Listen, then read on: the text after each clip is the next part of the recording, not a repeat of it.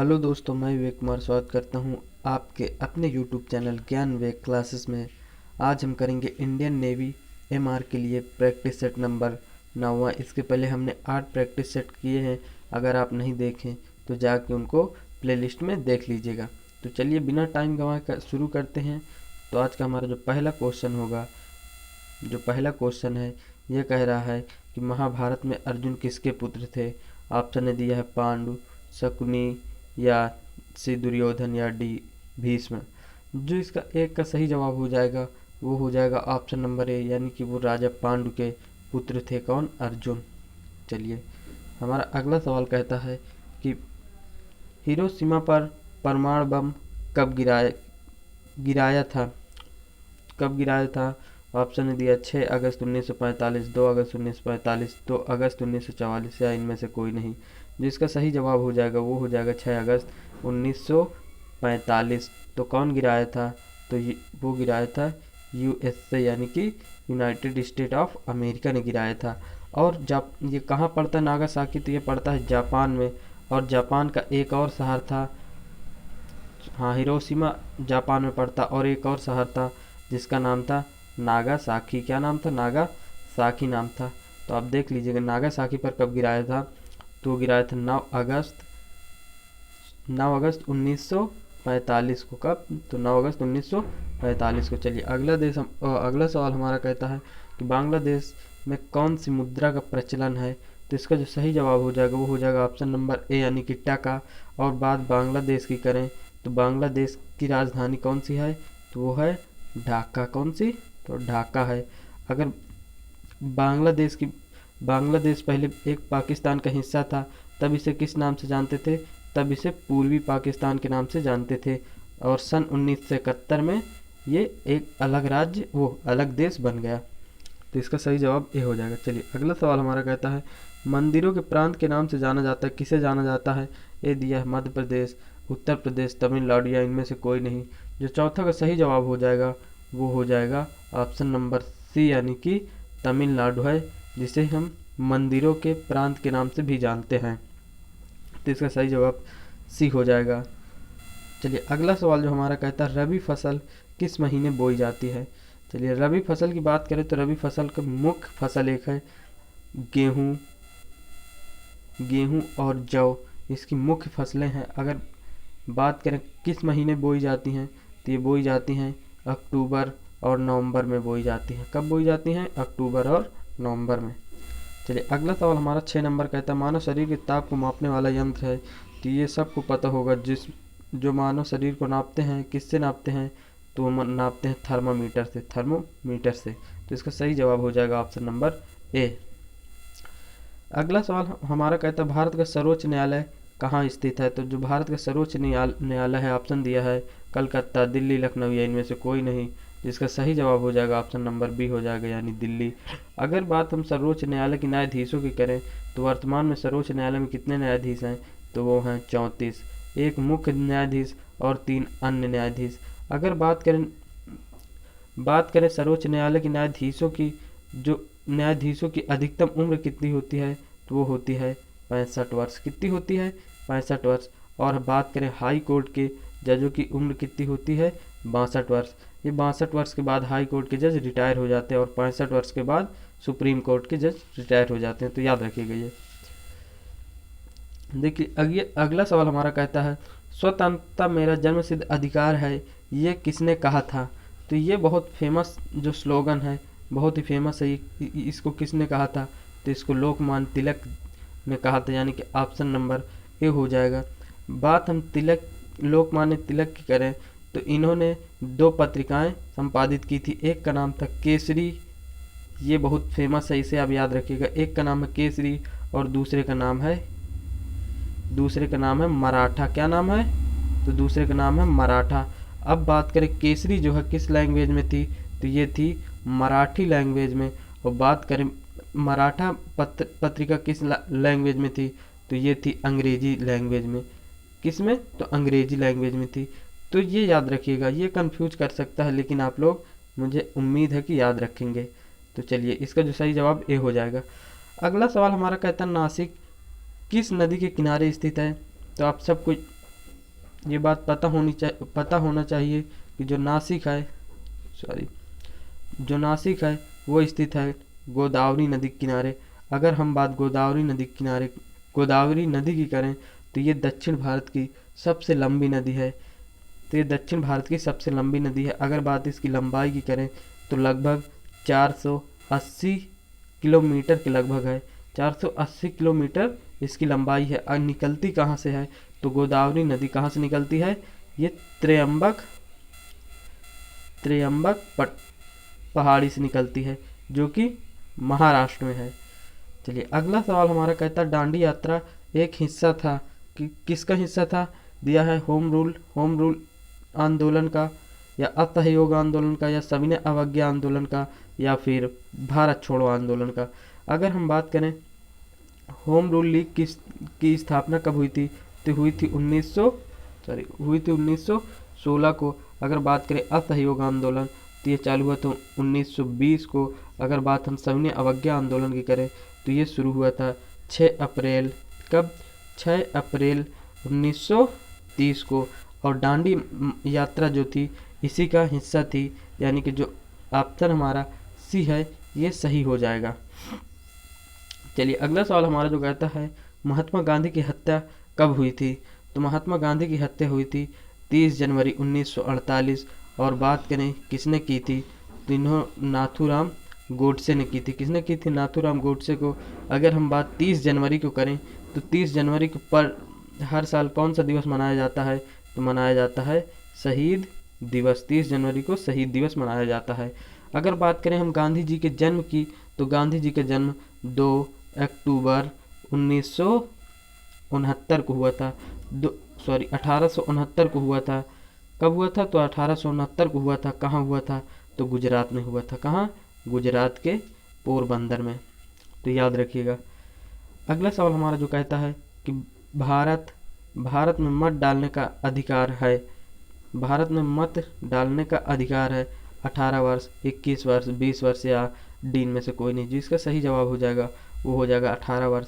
अगर हम बात मूल संविधान की करें तो मूल संविधान में यह प्रावधान 21 वर्ष, जो मत डालने का अधिकार था 21 वर्ष से था, लेकिन हमारे 61वें संविधान संशोधन 1989 के द्वारा इसे घटा के 18 साल कर दिया गया है। तो याद रखिएगा ये भी। चलिए अगला सवाल जो हमारा कहता है विश्व की सबसे ऊंची पर्वत चोटी कौन सी है। ये मोस्ट इंपॉर्टेंट सवाल है, आप इसको टिक कर लीजिएगा। बहुत लोगों को पता भी होगा जो विश्व की सबसे ऊंची चोटी है वो है माउंट एवरेस्ट। अगर बात हम माउंट एवरेस्ट की ऊंचाई की करें तो माउंट एवरेस्ट की जो ऊंचाई है वो है 8,848। ये कहीं कहीं 48 को 50 भी लिखा रहता है, 48 मीटर है। अगर बात हम भारत की करें तो भारत की सबसे ऊंची चोटी कौन सी है तो वह है K2, जिसे हम गाडविन ऑस्टिन के नाम से भी जानते हैं। और ये कहाँ है तो ये जम्मू कश्मीर में है, काराकोरम श्रेणी पर। और अगर बात करें किसका, मतलब अगर ये बात करें किसका हिस्सा है तो ये ट्रांस हिमालय का हिस्सा है। हिमालय भी हमारा 3-4 भाग में डिवाइड है, कभी वो विस्तार से पढ़ेंगे। तो हमारा जो 13 सही जवाब हो जाएगा वो हो जाएगा ऑप्शन नंबर ए, यानी कि एवरेस्ट हो जाएगा। अगला सवाल कहता है प्रकाश का तरंग सिद्धांत दिया था न्यूटन, लाप्लास, हाइगेंस या डीन में से कोई नहीं। जो 14 का सही जवाब हो जाएगा वो हो जाएगा ऑप्शन नंबर सी, यानी कि हाइगेंस ने दिया था प्रकाश तरंग का सिद्धांत। अगला सवाल हमारा कहता है विश्व जनसंख्या दिवस कब मनाया जाता है। तो आप सबको पता होगा जो विश्व जनसंख्या दिवस मनाया जाता है प्रतिवर्ष 11 जुलाई को मनाया जाता है। 11 जुलाई को मनाया जाता है। अगला सवाल जो हमारा कहता है 16 नंबर, वर्ष 1665 में पुरंदर की संधि का प्रत्यक्ष क्या था, मतलब किस लिए पुरंदर की संधि हुई थी। ऑप्शन दिया है शिवाजी से मैत्री भाव बनाए रखना, बी दिया शिवाजी और बीजापुर के सुल्तान के बीच विवाद के बीज बोना। जो इसका सही जवाब हो जाएगा वो हो जाएगा ऑप्शन नंबर बी, यानी कि शिवाजी और बीजापुर के सुल्तान के बीच विवाद का बीज बोना था। किस संधि के थ्रू तो ये था 1965 की पुरंदर संधि के द्वारा। चलिए अगला सवाल जो हमारा कहता है 17 नंबर, कहता है वर्ष 1928 में स्थापित ब्रह्म समाज के संस्थापक कौन थे। तो इसका जो सही जवाब हो जाएगा जो ब्रह्म समाज के संस्थापक थे वो थे राजा राम मोहन राय। राजा राम मोहन राय ने ब्रह्म समाज की स्थापना की थी। कब की थी तो ये 1828 में की थी। और एक इन्होंने आत्मीय सभा की स्थापना की थी। किसकी की थी, आत्मीय सभा की स्थापना की, आत्मीय सभा की स्थापना की थी और इनकी एक पत्रिका थी। कौन सी पत्रिका थी? तो वो थी संवाद कौमुदनी थी। संवाद कौमुदनी इनकी साप्ताहिक पत्रिका थी, ये भी याद रखिएगा। चलिए अगला सवाल जो हमारा कहता है, वर्ष 1870 में भारतीय सुधार संघ के संस्थापक कौन थे? ए दिया देवेंद्र नाथ टैगोर, केशव चंद्र सेन, राय मोहन राय, दयाराम सरस्वती। जो 18 का सही जवाब हो जाएगा वो हो जाएगा ऑप्शन नंबर ए, यानी कि देवेंद्र नाथ टैगोर। धर्म सुधार संघ, भारतीय सुधार संघ के संस्थापक थे। अगला सवाल जो हमारा कहता है कि साबरमती आश्रम की स्थापना किसने की थी? तो साबरमती आश्रम की स्थापना की थी किसने? तो महात्मा गांधी जी ने की थी। अगर बात करें कब की थी, तो ये की थी 20 अगस्त 1917 को। 20 अगस्त 1917 को। अगर बात करें ये कहाँ है, तो यह गुजरात है, और गुजरात का एक जिला है अहमदाबाद, वहीं पर पड़ता है हमारा साबरमती आश्रम, साबरमती नदी के किनारे है। 20 नंबर सवाल कहता है गांधी जी ने कानून की पढ़ाई डैश में की थी? तो कहाँ से की थी? ये भारत, ऑप्शन है भारत, यूनाइटेड किंगडम, दक्षिण अफ्रीका या डी भूटान। जिसका सही जवाब हो जाएगा 20 का ऑप्शन नंबर हो जाएगा बी, यानी कि यूनाइटेड किंगडम, जिसे शॉर्ट में यूके भी कहते हैं। वहाँ से गांधी जी ने अपनी पढ़ाई की थी। अगला सवाल कहते हैं पंचायती राज व्यवस्था में एक मध्य स्तर है जिसे किस रूप में जाना जाता है? तो अगर हम बात करें पंचायती राज व्यवस्था की, तो पंचायती राज व्यवस्था त्रिस्तरीय है। पहला है पंचायती राज व्यवस्था कितने स्तरीय है? तो यह है त्रिस्तरीय, ग्राम, तालुक या जिला। कौन से ग्राम? देखिए ग्राम है, फिर इसके ऊपर ब्लॉक है जिसे ब्लॉक कहते हैं, फिर है जिला यानी कि डिस्ट्रिक्ट, तो जिला है। तो इसका जो बीच वाला भाग हो जाएगा वो हो जाएगा ब्लॉक। तो ब्लॉक को ही और किस नाम से जानते हैं? तो ब्लॉक को और हम जानते हैं पंचायत समिति के नाम से भी जानते हैं। तो इसका जो मध्यवर्ती स्तर हो जाएगा वो हो जाएगा ऑप्शन नंबर डी, यानी कि पंचायत समिति हो जाएगा। अगर बात हम करें पंचायती राज व्यवस्था की, तो पंचायती राज व्यवस्था सर्वप्रथम कहाँ लागू हुई थी? तो ये व्यवस्था लागू हुई थी 2 अक्टूबर को। कहाँ पर? राजस्थान का एक गांव है, कौन सा? नागौर जिला है, वो नागौर में 2 अक्टूबर 1959 को 2 अक्टूबर 1959 को नागौर जिले में। तो चलिए अगला सवाल जो हमारा कहता है सूर्य की सबसे ऊपरी परत कौन सी है? तो जो सूर्य की सबसे ऊपरी परत है वो है, यानी कि ऑप्शन नंबर डी हमारा किरीट है। वो है क्या है? किरीट, जिसे कोरोना भी कहते हैं। चलिए अगला सवाल जो हमारा कहता है सौर ऊर्जा किसके द्वारा उत्पन्न होती है? सौर ऊर्जा किसके द्वारा उत्पन्न होती है? संलयन, विखंडन या दहन। जो सौर ऊर्जा होती है वो उत्पन्न होती है संलयन के द्वारा। किसके द्वारा? संलयन के द्वारा। वो उत्पन्न होती है संलयन के द्वारा। तो ऑप्शन नंबर इसका ए सही हो जाएगा। जो अगला सवाल हमारा कहता है नागरहोल उद्यान डैश बायोस्फीयर रिजर्व कहाँ का हिस्सा है? किसका हिस्सा ये बताना हमें। ये दिया है अरावली, सतपुड़ा, विंध्य या नीलगिरी। जो 24 का सही जवाब होगा वो हो जाएगा ऑप्शन नंबर डी, यानी कि नीलगिरी है। अगर बात नीलगिरी कहाँ है, तो ये साउथ भारत में है। अगर बात हम नीलगिरी की करें, तो नीलगिरी की एक सबसे ऊंची चोटी कौन सी है? तो वो है दोदा। कौन सी है? तो वो है दोदा बेट्टा है। तो याद रखिएगा।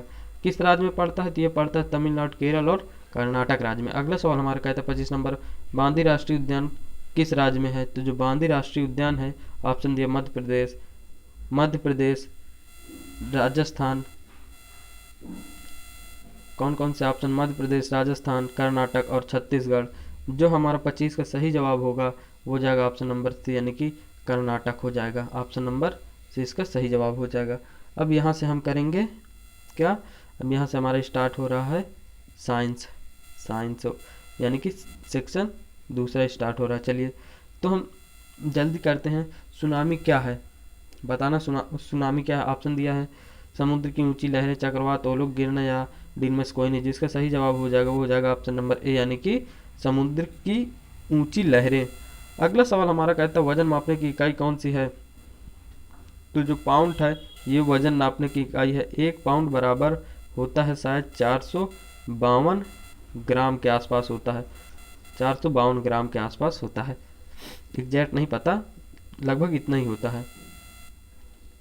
अगला सवाल जो हमारा कहता है कि बेरी बेरी होने का कारण किस विटामिन कमी से होता है। जो बेरी बेरी रोग है वो किसके कारण से होता है, तो वो हो जाता है ऑप्शन नंबर ए यानी कि विटामिन बी के कारण होता है बेरी बेरी। और हाँ, विटामिन बी के कारण होता है बेरी बेरी। चलिए अगर सी की बात करें तो सी से होता है रिकेट्स रोग। कौन सा रोग होता है, रिकेट्स रोग होता है। तो अगला सवाल जो हमारा कहता है मिट्टी का लाल रंग किसके कारण होता है, तो वो होता है रेड ऑक्साइड के कारण, वो आयरन ऑक्साइड के कारण, यानी कि ऑप्शन नंबर इसका हो जाएगा बी सही हो जाएगा। जो मिट्टी का रंग होता है लाल, वो आयरन ऑक्साइड के कारण होता है। अगला सवाल हमारा कहता है निम्न यौगिकों के जोड़ों में से अकार्बनिक यौगिक में कौन सा वर्गीकृत है।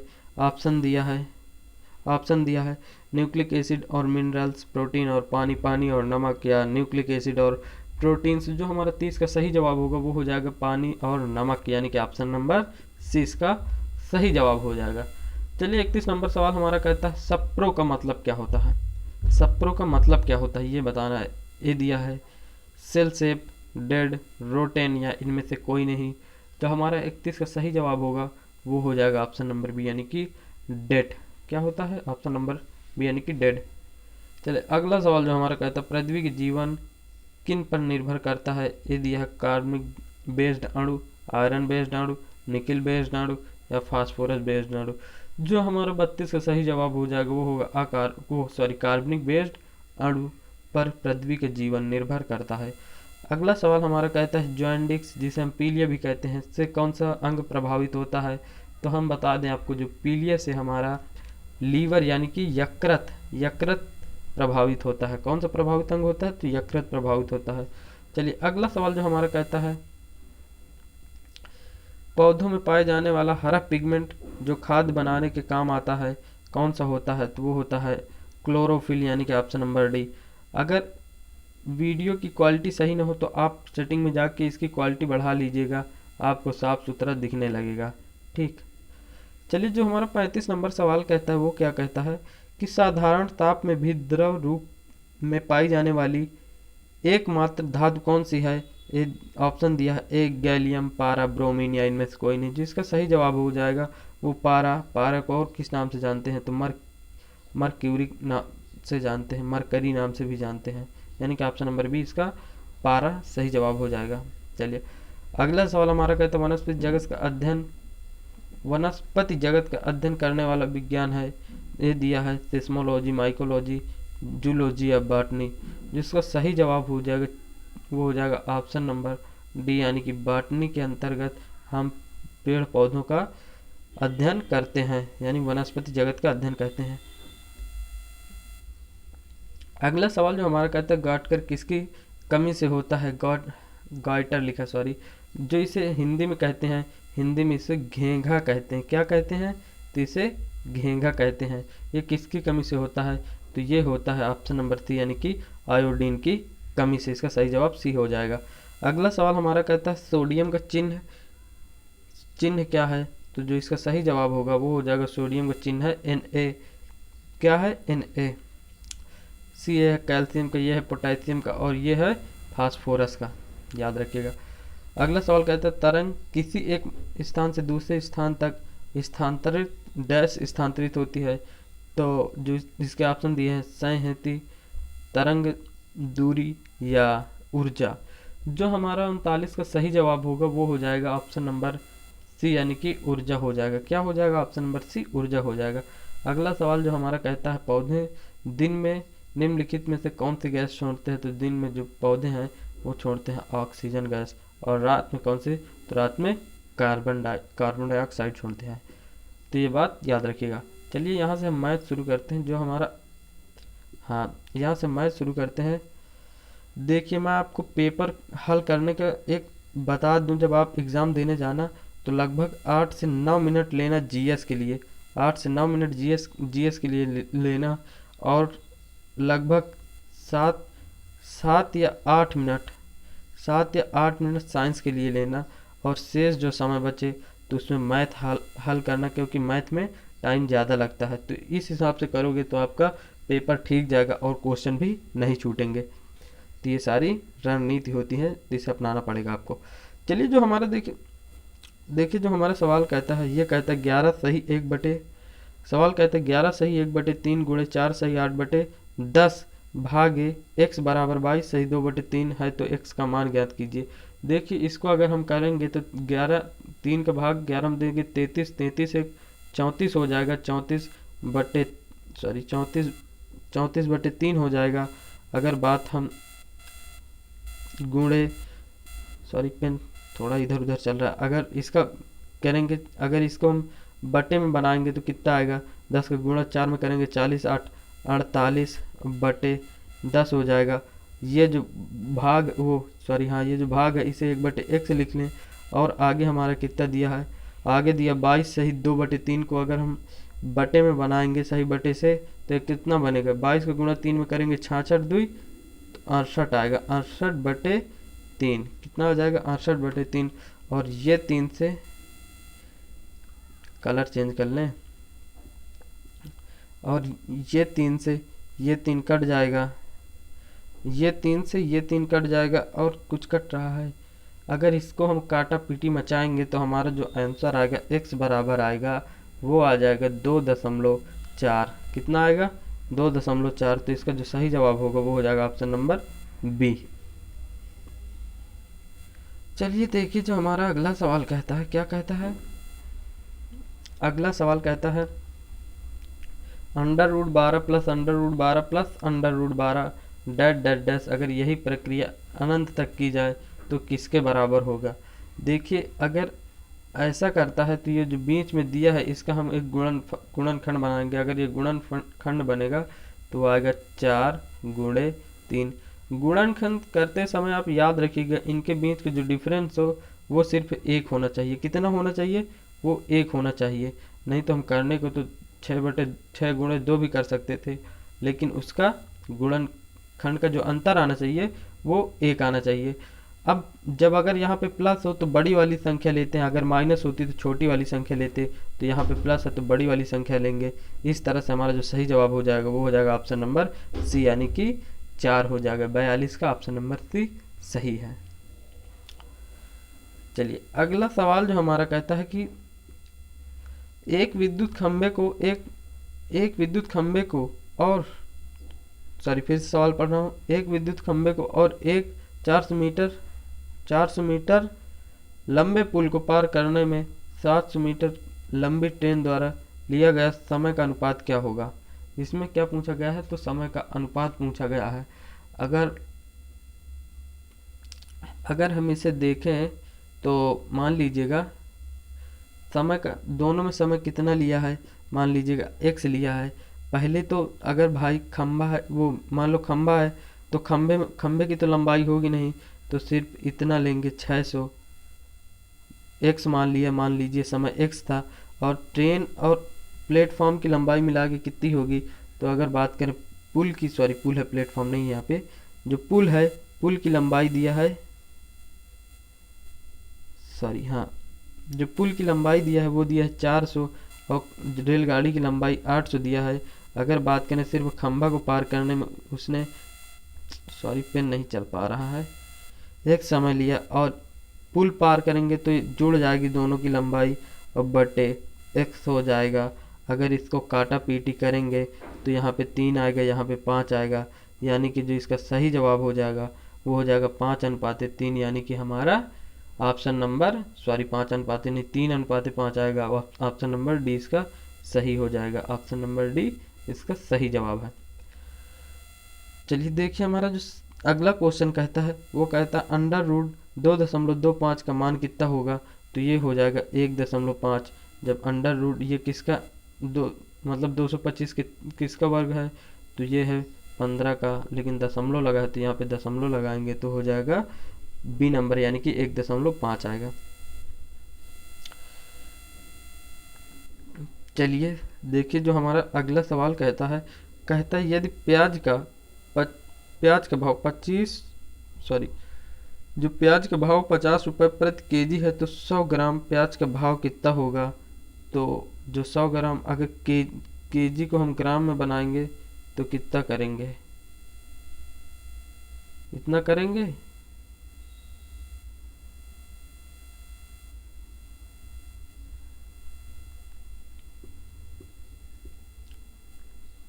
इसे हल कैसे करेंगे?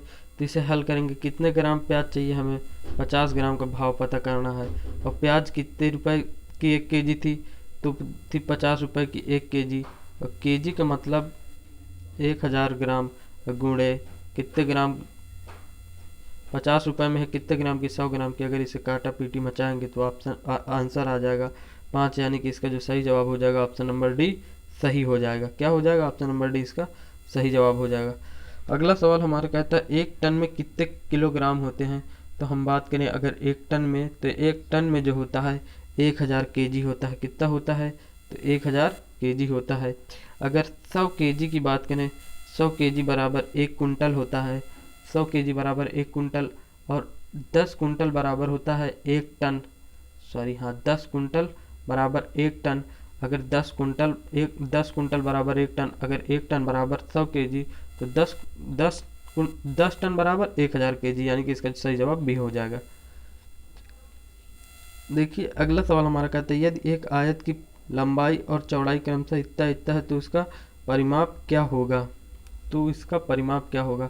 देखिए जो आयत की लंबाई दी है वो 8 मीटर दी है, चौड़ाई दी है वो दी है 6 मीटर। कितने मीटर? लंबाई 8, चौड़ाई 6।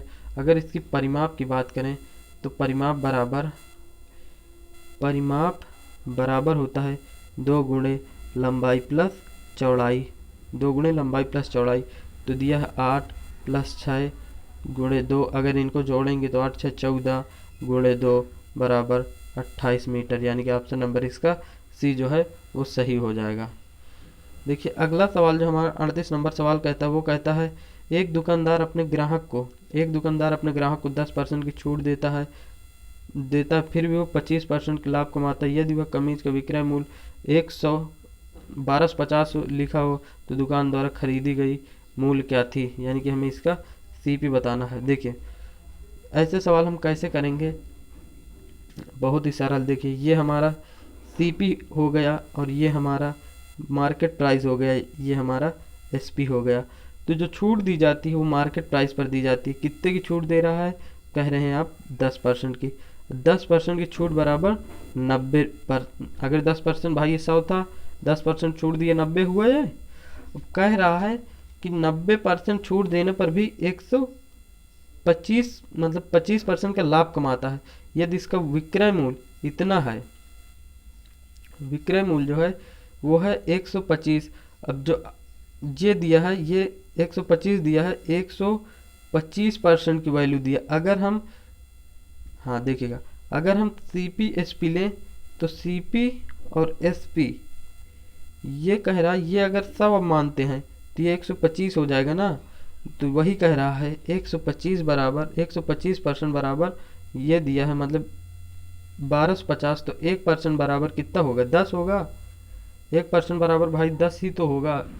और पूछ रहा है हमें 90% की वैल्यू पूछ रहा है, तो 90% की जो वैल्यू आएगी वो आएगी 900 आएगी। 900 कितना आएगी 90% की वैल्यू? तो 900 आ जाएगी। जो इसका जो सही जवाब हो जाएगा वो हो जाएगा ऑप्शन नंबर बी। अगर समझ में आया तो अच्छी बात, समझ में नहीं आया तो आप 8303763007 पर व्हाट्सएप मैसेज करिएगा। मैं आपको इसकी पीडीएफ दे दूंगा, सलूशन की पीडीएफ आपको मिल जाएगी। ठीक, तो दिक्कत मत लीजिएगा। अगला सवाल हमारा कहता है एक संख्या दूसरी संख्या के 2 गुना है। यदि दूसरी संख्या से 5 जोड़ दिया जाए और पहली संख्या में 3 घटा दिया जाए तो इसका अनुपात इतना इतना हो जाता है। तो संख्याएं थी, ऑप्शन ए दिया है 20 10 30 15 42 21 या 32 16। जो इसका हमारा 49 का सही जवाब हो जाएगा वो हो जाएगा 42 21। तो कैसे हो जाएगा? देखिए अगर हम दूसरी संख्या में 5 जोड़ दें, अगर इसमें 5 जोड़ेंगे तो कितना आएगा, कितना आ जाएगा? अगर इसमें 5 जोड़ेंगे 21 में तो आएगा 26 आएगा। अगर 42 में हम कितना घटा दें, 42 में हम 3 घटा देंगे तो कितना आ जाएगा?